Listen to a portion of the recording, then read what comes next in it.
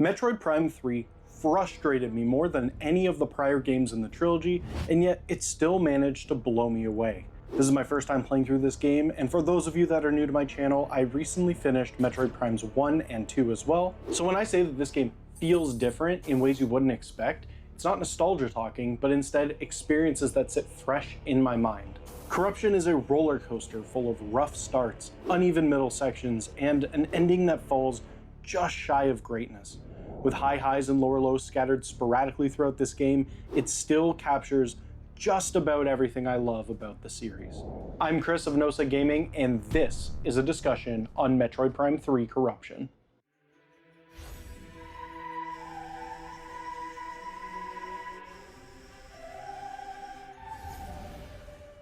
As always, before this video gets underway, I do want to preface this video will be heavy on spoilers. I will be talking about the entirety of the game, so if you have not played this game and it is something you wish to do before watching this video, go play this amazing game and then come back and watch the video afterwards, okay? Good.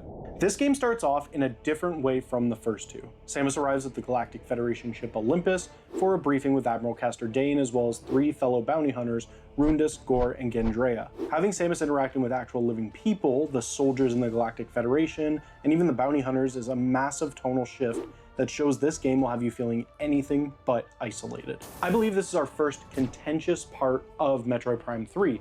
The earlier Prime games to this point were praised for their feeling of isolation and being alone on an alien planet, and their stories were communicated through ambiance and exploration as opposed to interacting with actual living characters. I find this kind of refreshing though. It takes nothing away from the story itself, as it is trying to be its own new thing. I like a lot of the interactions with the other bounty hunters, as well as the connections to the Galactic Federation soldiers, especially in the pirate Homeworld. Yeah, the dialogue sounds funny at times, but I respect the game for trying to tell a fresh story, and when it comes to the story and that alone, I think it kind of works well. Corruption replaces isolation with interaction, and I kind of like that.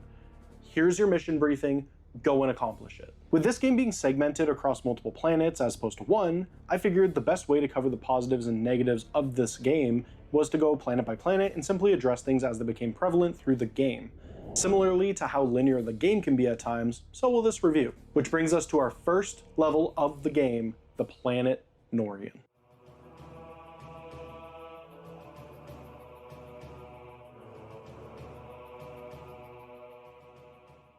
Samus is sent to Norion to assist the Galactic Federation from a sizable space pirate attack that has the goal of crashing a Leviathan seed into the planet in order to infect it with Phazon.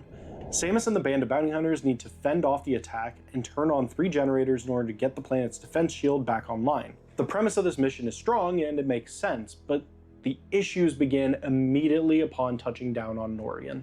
First thing, the motion controls suffer the same fate as so many Wii games.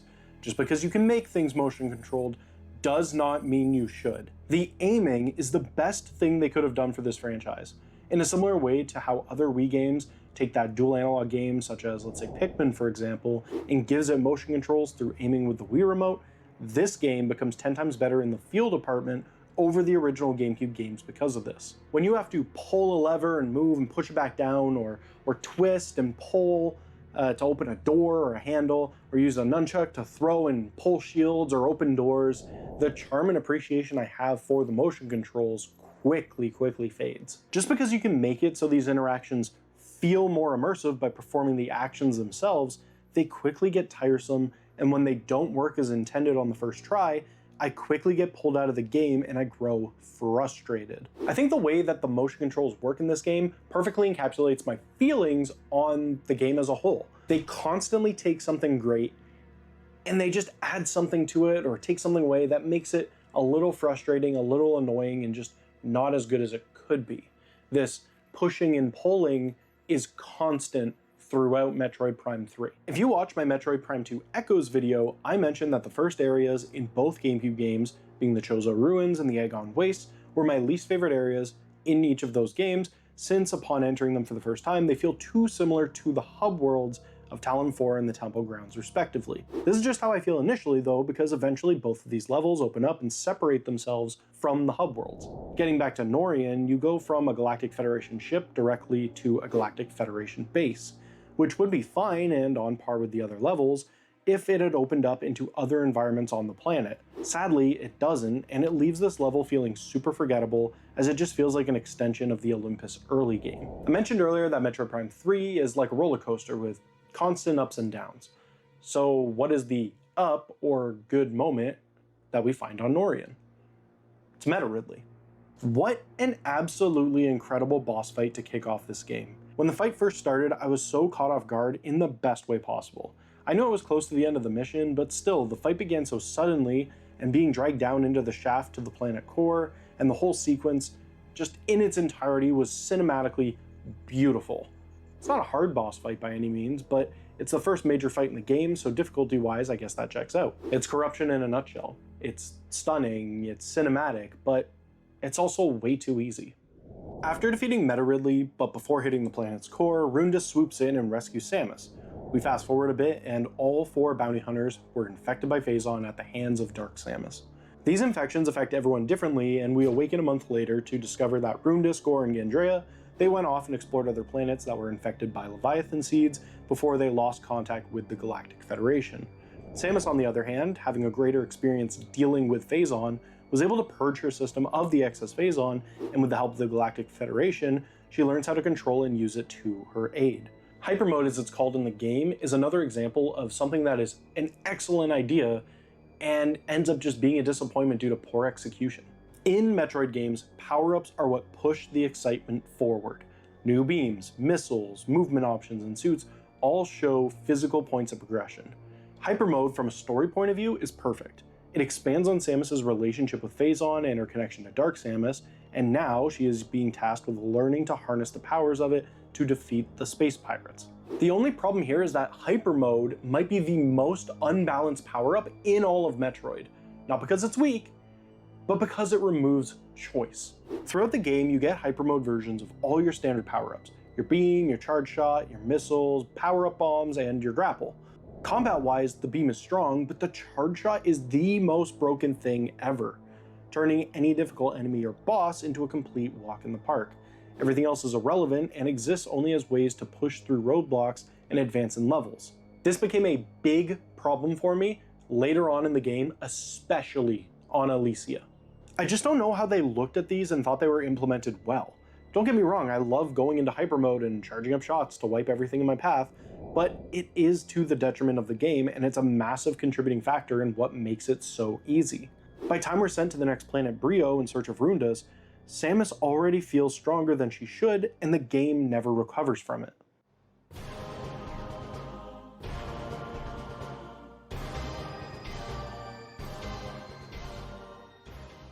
Landing on Bryyo, we have arrived at the most Prime feeling area in the game. This planet feels as if it could have been ripped directly out of Prime 1 or 2. It's a fun planet, but unlike Norion, which is one connected area, Bryyo brings us to the next contentious aspect of these games, which is the planets being split up into smaller sections that often require Samus' ship or other fast travel spots to move between. On one hand, this makes sense from a story perspective, because we are being tasked with a mission to go down and take out these Leviathan seeds by accomplishing smaller goals all across the planet. The scale of this mission would not feel right if everything was compacted down into one spot on the planet like an area in Prime 1 or 2 would be. But by taking the entire world of Bryyo and separating it into 2 or 3 areas, it makes the actual levels feel smaller, despite the scope of the game being bigger than ever. It's a trade-off that had to happen for the sake of the story, so I get it, but I don't know if it's a change that I ever fully adjusted to, if that makes sense. Traversing through Bryyo without a care thanks to Hypermode, we at least get to expand our movement options by obtaining the grapple swing ability, which feels great to use thanks to the motion controls, and the ledge grab, which is just nice to see as a thing Samus can selectively do. This is the planet in which I decided I think that the morph ball usage in this game is the best it's ever been. After more exploring, we locate and take down our fellow bounty hunter Rundas, who has been possessed by Phazon, and begin our push to destroy the shield generator surrounding the Leviathan seed. Also, I would like to send my apologies to the gel processing site. I blame the awkward motion controls for putting us through a very uncomfortable encounter. I am truly, from the bottom of my heart, sorry. Also for when it happened later in the temple hall. After all these wild adventures, we finally enter our first Leviathan seed on Bryyo, and we face off against Moganar. First thing I want to say is the inside of the seeds are visually stunning, and the boss fight was legitimately fun. albeit the difficulty stemmed mostly from struggling with the motion controls to this point in the game and not the boss itself, which sadly is a recurring issue where the mechanics of the game fail to live up to and match the spectacle and scale of the game. This fight with Mogunar failed to do what Meta Ridley did on Norion and elevate a mediocre or average level into a memorable one. Unfortunately for me, the next level failed to even feel average for me as we make our way to Elysia.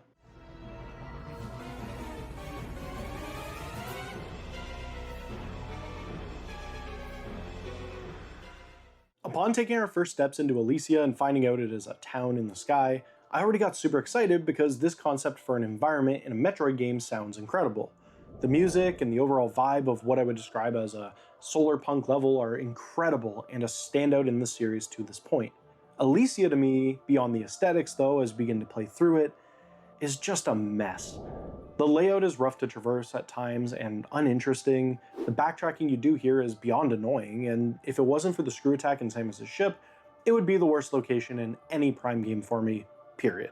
Before continuing with the negatives surrounding this midway point of the game, I do want to show some love to the screw attack and Samus' ship. The screw attack was introduced near the end of Metroid Prime 2, and while it's fun to use in that game, it showed up a bit too late, so it didn't have the same impact as it does here.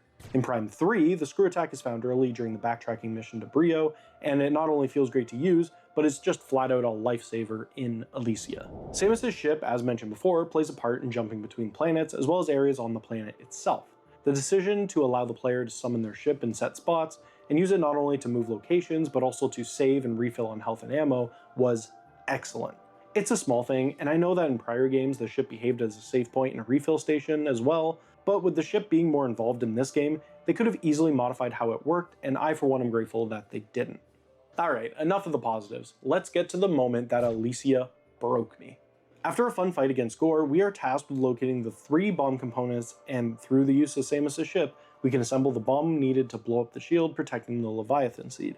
This idea is simple enough, and the only caveat is that when the ship has grappled onto an object, if you wish to summon the ship to board it, you have to return the thing it is holding back to its original location. This is important because after getting the first 2 bomb components, you need to traverse back to a separate area on Elysia to locate the final bomb component. With the ship in use, you need to make your way to the Skytram, which is an alternate way of traversing between the 2 sections without use of the ship. Now here's where I glitched the game and lost hours of gameplay.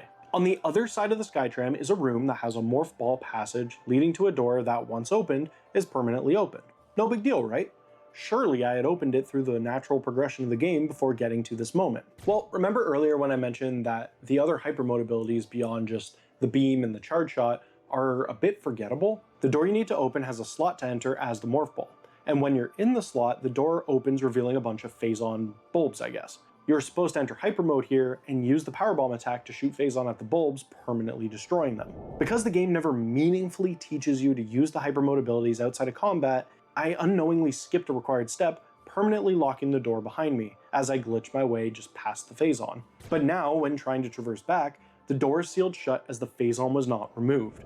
My only option was to summon my ship, undoing all my progress, obtaining the first 2 bomb components, travel to the other area, open the door properly, recollect the components, and then finally continue on to the final piece of the bomb. Full transparency, this video is coming out way later than I had hoped for, mostly because of this section of the game, because after I had dealt with this, I basically just put the game down for like a couple weeks because I did not want to play it.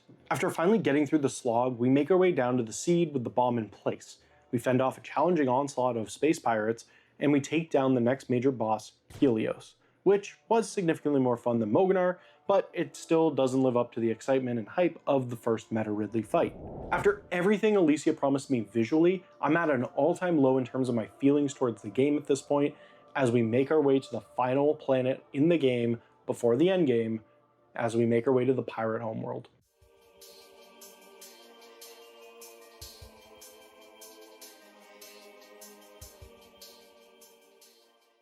I was nervous to get to the final area since the game was trending down for me at this point, and looking back to Echoes with the final area being the Sanctuary Fortress, which I loved, my expectations were still higher than you may believe.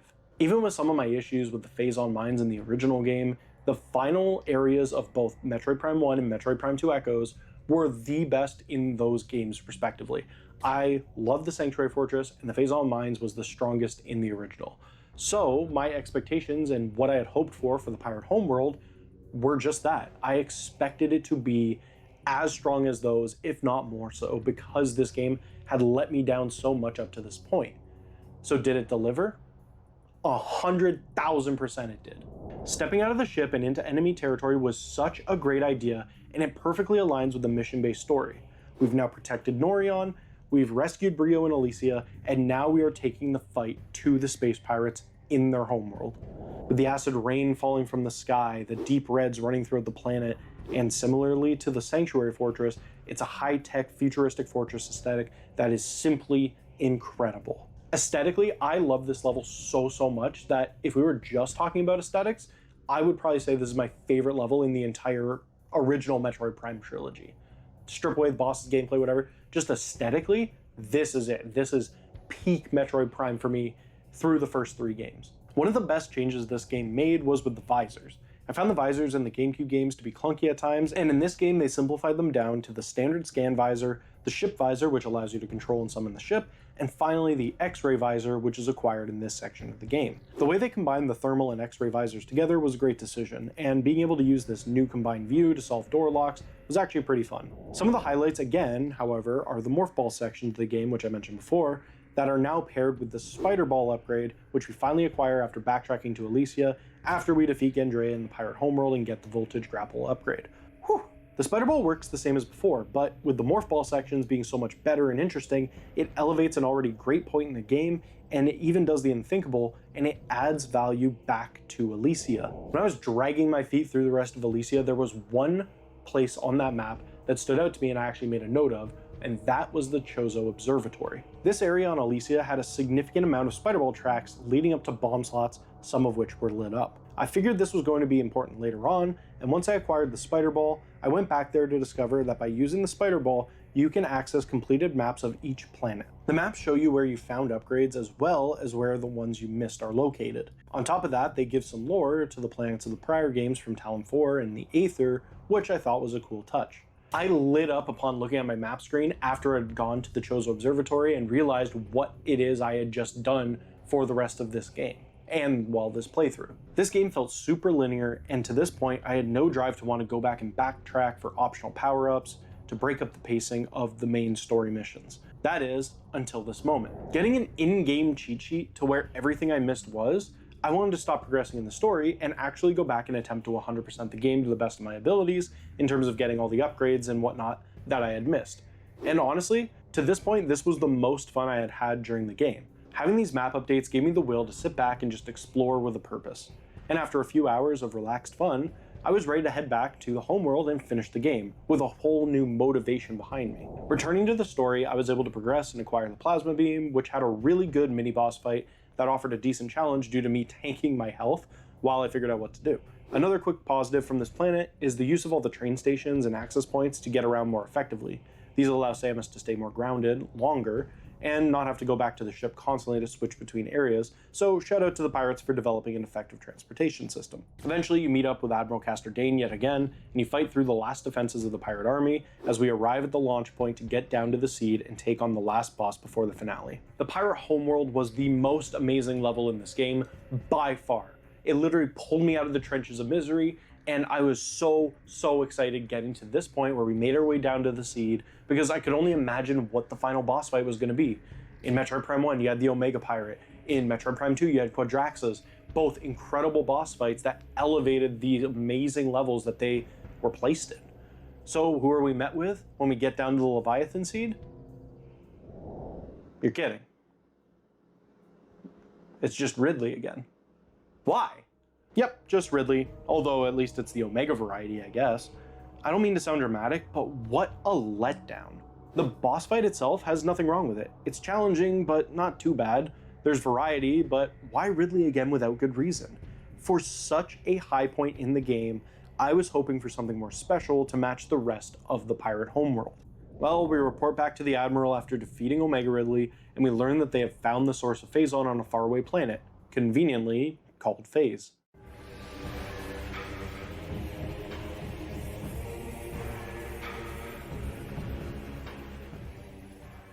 We make use of the technology the space pirates have, and we open a wormhole to this planet for the final attack by the Galactic Federation. Samus is the only one who can step foot on the planet and survive, so we make our way down and we enter a permanent Hypermode. This section actually helps nudge Hypermode in the positive direction for me, because the feeling of this is it, we're infected, let's end this fight for good. It feels appropriate to make unlimited use of the overpowered beam and the charge shot at this point. We've earned it. As we traverse our way through the many layers of the planet, just a beautiful deep blue planet that resembles the inside of the Leviathan seeds world in all its deep reds, we reach the bottom and we stand face to face with Dark Samus yet again. And we are also left with another moment that leaves me wanting more. Even though Dark Samus had a big impact on the story by possessing the other bounty hunters and infecting Samus, the payoff of the fight is not the same as it was in Echoes, as you never truly interacted with Dark Samus over the course of the game like you did in Metroid Prime 2. This fight is fun, but it's arguably one of the easiest fights in the entire game. And you could have guessed that because it's the first time we can abuse Hypermode with no downside. The fight quickly ends, and then the true final boss appears, and Dark Samus, in an unstable state, fuses itself with the stolen Aurora unit from a side area in the game, the Galactic Federation ship Valhalla, and we get to take on the last fight of the game against Aurora Unit 313. And sadly, what is a fun idea and visually appealing battle, this is simply too easy thanks to Hypermode. The final boss fights in Metroid Prime 1 and Metroid Prime 2 took me 5, 6, hell in Metroid Prime 2's case, way more than that, attempts to actually fight and defeat the final bosses, both Phase 1 and Phase 2, or however many phases. It took me a lot of effort in order to beat these games. So I felt rewarded when I had finally done it. Metroid Prime 3, I walked down onto the planet first try and boom, in 20 minutes, the game was over. They were interesting, they were visually appealing, they were fun, but Hypermode, man, it just made it so damn easy. And that's kind of disappointing. The game ends the way it began. Stunning, cinematic, and just way too damn easy. This game is a mixed bag of insanely high highs and some of the lowest lows in the series. Overall, though, it left me more intrigued about a potential future playthrough than the other games did, and maybe it's because I've now experienced the jarring differences from 1 and 2 to 3, and would be ready for them this time around. Despite everything negative about the early game and the mid-game, the controls at times and the difficulty, I really did enjoy everything else about it, and thanks to the sharp turn in excitement during the third act on the Pirate Homeworld, and the fun I had backtracking during the Chozo Observatory and breaking the linearity of the story, I'm actually kind of excited for the next time I get to play this game. I think there are enough positives with this game that it is still worth playing, it is still exciting, and all of you should, who are watching this video, give it another playthrough, give it another chance with an open mind. For everyone who has watched my trilogy now of the original 3 Metroid Prime games, I want to thank you for watching all of these, and for those of you that are new and maybe this is your first video of my channel that you're watching, you should go back and you should watch my first video on the channel on Metroid Prime 1, as well as one of my favorite videos I've made on Metroid Prime 2 Echoes. As for my next Metroid video that I do on the channel, it's going to be a little bit because I haven't actually sat down and started playing the next game in the series, but there are so many incredible 3D Metroid games that we still have to play. Other M, which is way more controversial than this game. We got the remaster, see if I like it more than the GameCube, or experiencing the original 2 games on the trilogy with the motion controls. The possibilities are endless. We have 2D Metroids, all kinds of stuff we can get to. So comment down below and let me know which of the remaining Metroid games you would want to see in a video in the future. Maybe if you comment, I'll, be swayed in a certain direction. Maybe I'll play Other M next, I don't know. But of course, the next Metroid Prime game we do is Metroid Prime 4 Beyond. It's the reason I started making videos on Metroid Prime in the first place, is because I was excited to experience this when it came out. For all of you still watching, thank you from the bottom of my heart for sticking around to the end. I am Chris of Nosa Gaming, and I will see you in the next one where we finally get to play this game. Cheers.